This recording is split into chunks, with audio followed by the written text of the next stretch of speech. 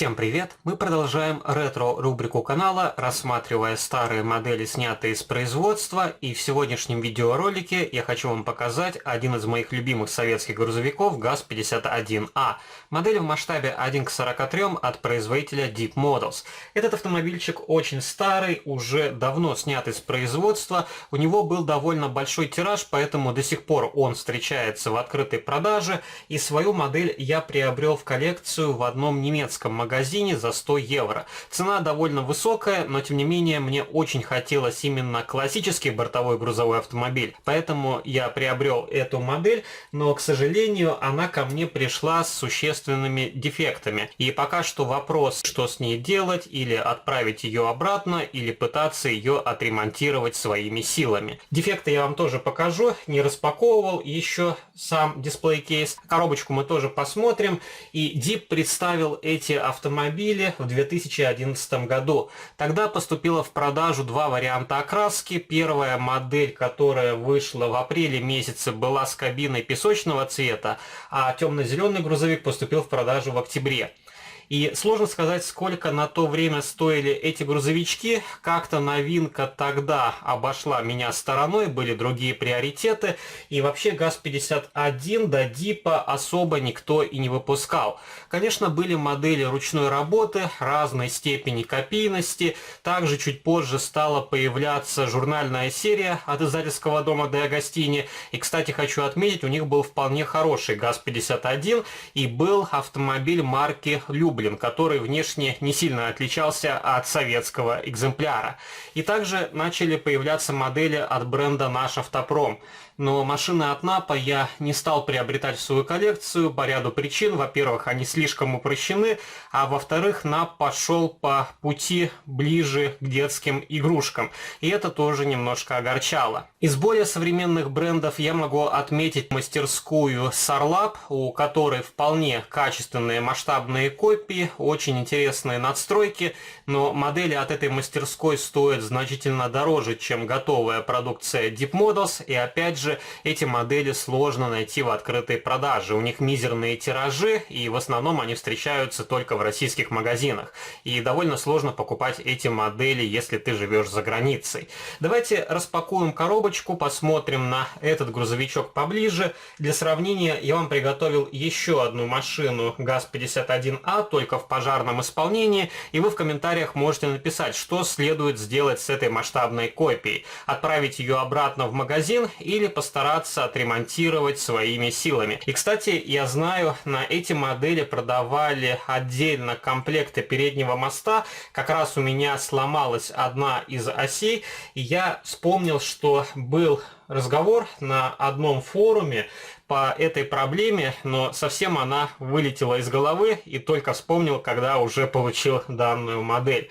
И модель поставляется в классической темно-зеленой коробочке, только эти более ранние коробки от современной продукции Deep Models отличаются небольшим вырезом. Вы можете удалить боковинку, и у вас получится прозрачный бокс, через который вы видите саму модель, не вынимая ее из коробки. На нижней стороне упаковки есть наклеечка с артикулом, по которому можно найти модель в интернете.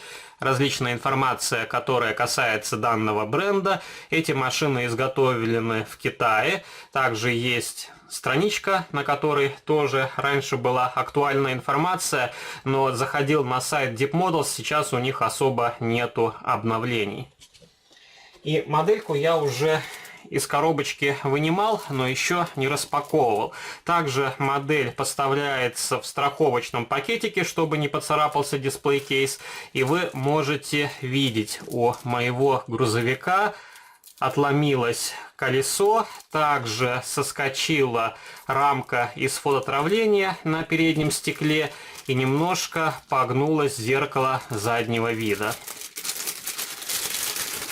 Рамку можно приклеить, а вот зеркало восстановить и также восстановить колесо, думаю, будет проблематично.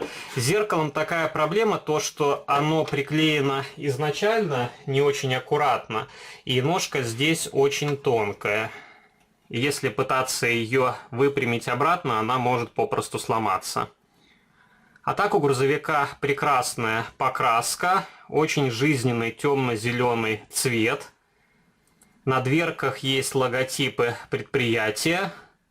Также присутствуют дублирующие регистрационные номерные знаки на боковинах.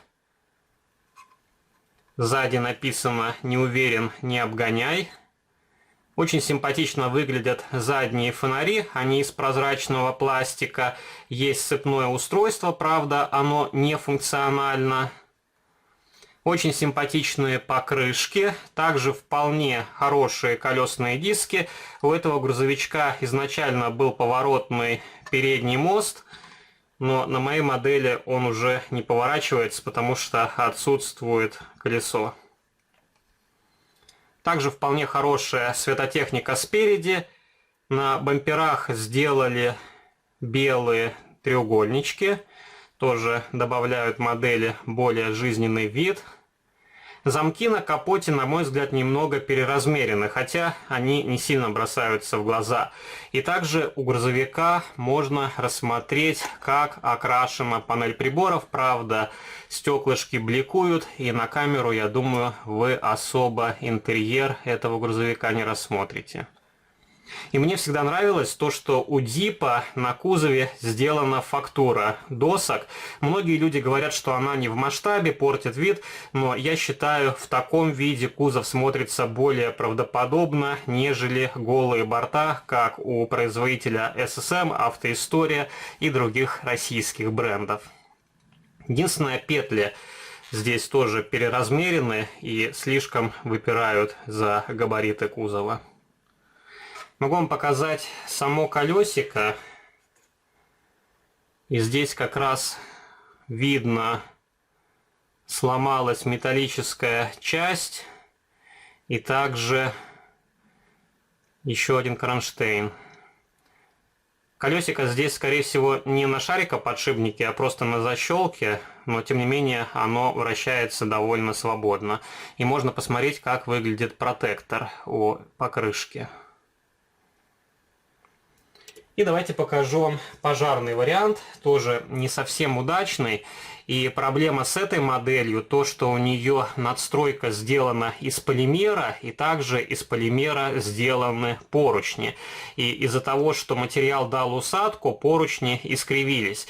И, кстати, на ранних моделях от Deep Models использовался странный клеевый состав, он со временем белел, и здесь тоже очень много белесых подтеков.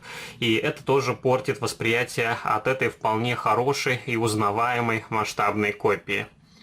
Ну, можно посмотреть, как у этого автомобиля поворачиваются передние колеса. И, по-моему, на более поздних моделях от Deep Models уже изменили переднюю балку, она стала более крепкой. И проблема, можно сказать, ушла. У меня в коллекции довольно много различных машин 51-го семейства от Дипа. И проблема с передней осью только на бортовом грузовике. И, кстати, интересно то, что это была одна из ранних моделей от Deep Models. Но в моей коллекции эта машина должна была быть в теории завершающей, потому что основные модели уже приобрел. Но, скорее всего, эту модель я буду обменивать, и тогда уже будет еще одна похожая машина в коллекции. И тоже интересный момент, то что Кострома начала выпускать 51-е семейство, но у них до сих пор нету классического бортового грузового автомобиля. Я вам показывал сидельный тягач, также показывал автомобиль ГАЗ-63 в двух вариантах, с лебедкой и без лебедки. А вот классическую машину, видимо, или берегут на потом, или просто не стали выпускать. Пишите ваши комментарии, что вы думаете о 51-м семействе от производителя Deep Models. Есть ли в ваших коллекциях какие-либо автомобили, в каком варианте окраски, когда и за сколько вы их приобретали в свою коллекцию. Если вам понравился данный видеоролик, не забывайте поддержать его лайком. Вступайте в мои группы в социальных сетях, ВКонтакте и Фейсбуке. Жмите на колокольчик, чтобы не пропустить выход новых видео на этом канале. И можете подписаться на мой второй канал, там тоже выкладываются видеоролики на модели из моей коллекции. А на сегодня это все. Пока-пока.